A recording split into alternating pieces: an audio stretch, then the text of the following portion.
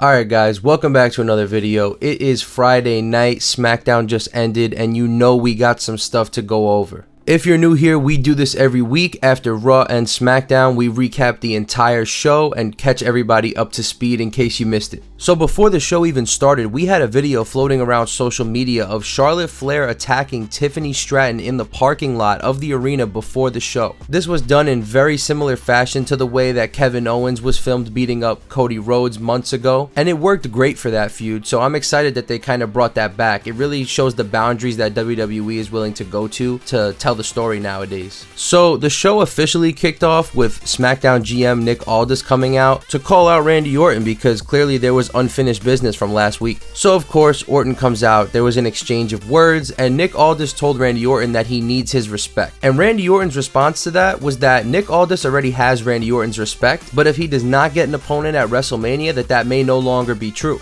Randy even goes as far as to say that he doesn't care if Nick Aldis has to take the suit off and lace up the boots himself to give Randy Orton a match at WrestleMania. And that plays into a lot of fan theories that have been going around on the internet ever since last week when Orton RKO'd Nick Aldis. The way that this promo was going at first, it kind of had all the signs of Nick Aldis versus Randy Orton being set up, especially when Randy Orton brings up Mickie James, which we all know is Nick Aldis's real life wife. But right as things started to heat up and you thought that we were about to get what we all were expecting, Solo Sikoa's music hit. Solo comes out with Tama Tonga and there's an exchange of words between Solo and Orton. Solo pretty much tells him that he's whining over a WrestleMania match for no reason and that he's too old. Of course, Orton fires back. Eventually, Tama Tonga and Solo Sikoa end up going towards the ring. They surround Orton and there starts a beatdown. During the beatdown, LA Knight's music hits. He comes in, he saves Orton, and LA Knight starts cutting a promo where he then announces that later on tonight for the main event, we are going to get Randy Orton and LA Knight versus Solo Sikoa and Tama Tonga in a tag team match. Next up, we had the women's tag team gauntlet match, which included Lyra Valkyria and Bayley,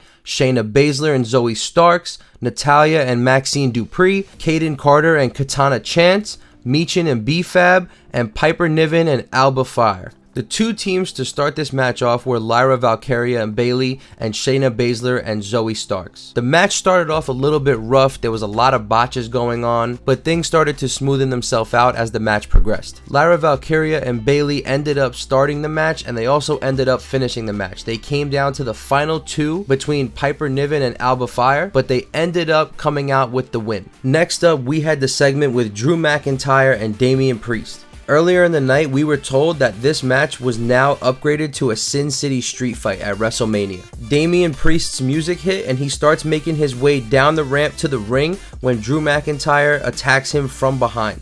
Damian Priest ends up needing help getting walked into the back, and Drew McIntyre starts to cut his promo. He comes out wearing the eye patch, but then he announces that he is 100% cleared to fight at WrestleMania, and he also says that Damian Priest is 100% screwed. At this point of the promo, Damian Priest ends up walking back out from the back, fighting off any security or medics that are trying to keep him from making his way down to the ring, and it starts a brawl between him and Drew. The brawl ends up getting to the outside of the ring. Drew McIntyre starts poking Damian Priest's eyes, and Drew McIntyre then realizes that his head is bleeding. When Drew McIntyre sees his own blood, it's like a switch flipped in his head and he went into beast mode. He ripped apart the steel steps and then gave Damian Priest a claymore on top of them. And the segment ended with Drew McIntyre snatching Damian Priest's chain. Next up, we had Berto versus Rey Fenix. Now, of course, you could have guessed it, Rey Fenix does come out on top with the win in this one. It was a great match with a lot of cool spots, so if you have the time to watch it, I highly recommend it. But the only thing significant that happened in this match really came at the end after the bell rung. Santos Escobar came into the ring and ended up shaking Rey Fenix's hand. So who knows, we might see some more dynamic between those two.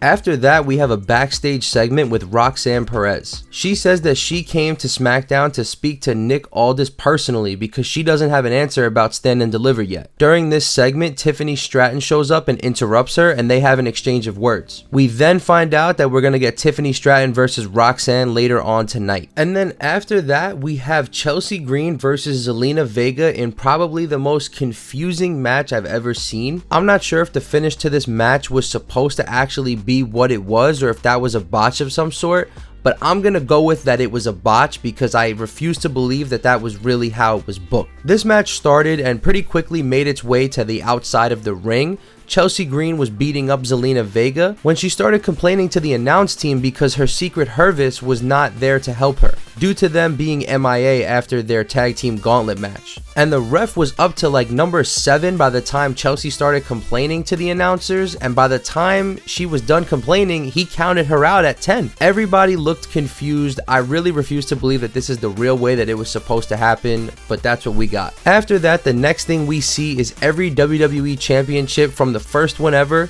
to the last one that we currently have right now set up in the ring. Cody Rhodes then comes out and he starts to cut a promo. He goes over each belt, mentioning some iconic moments from people that have held them in the past, mentioning how John Cena claims now to not be proud that he ever held that belt and that it looked like a toy. And the promo ends with him saying that the WWE Universal Championship is going to stay with quote unquote us. We did have a quick segment with the Street Profits in the back. A tag team match including the Street Profits versus Motor City Machine Guns for the titles was announced for next week. And then we got an interruption from Mello and Miz. Miz went on to say what I think a lot of fans have been thinking. The Miz goes on to say what all fans have been thinking recently, telling the Street Profits that they need to elevate the tag team division because it has been pretty much lackluster. He also says that the tag team titles should be on display at WrestleMania, however they will not be. The segment does end with Mello telling the Street Profits that him and Miz want all the smoke. Next up, we had the Tiffany Stratton versus Roxanne Perez match. This match went exactly how you think it would have went. Tiffany Stratton came out on top, and we got Charlotte Flair making her way back into the building and attacking Tiffany Stratton once again. Now, the only thing that did surprise me was that the attack didn't go on for longer. It was a pretty quick attack. She ended up throwing Tiffany Stratton over the announce table, and Wade Barrett kind of stepped in and told Charlotte that she needs to stop or she's going to be fired. And, you know, Charlotte tried to get past him, but then he just kept pushing her back, and that's really how it ended. So I was kind of expecting a little bit more there, but not mad. And finally, to end the night, our main event, Randy Orton and LA Knight versus Solo Sikoa and Tama Tonga. This was just your normal match. Nothing crazy really went down. LA Knight ended up getting the pinfall win, and at the end of the match, Jacob Fatu came out and attacked LA Knight. He hit him with about 2 moonsaults after the attack was said and done. He then picked up the US title and held it up for a little bit. The credits started to roll for the end of the show, and then he dropped the title and hit him with another moonsault after that, and then the show went off air. So I'm sure that there's going to be fan videos from inside the arena that the beatdown continued, but we didn't see it on TV. And that was pretty much everything that went down tonight on Friday Night SmackDown. We are so close to WrestleMania at this point. Let me know down in the comments what you are most excited for. Let me know if you were watching tonight what your favorite part was. And remember, we do this every week, so make sure you subscribe to tune back in next week. I'll see you there. Yeet!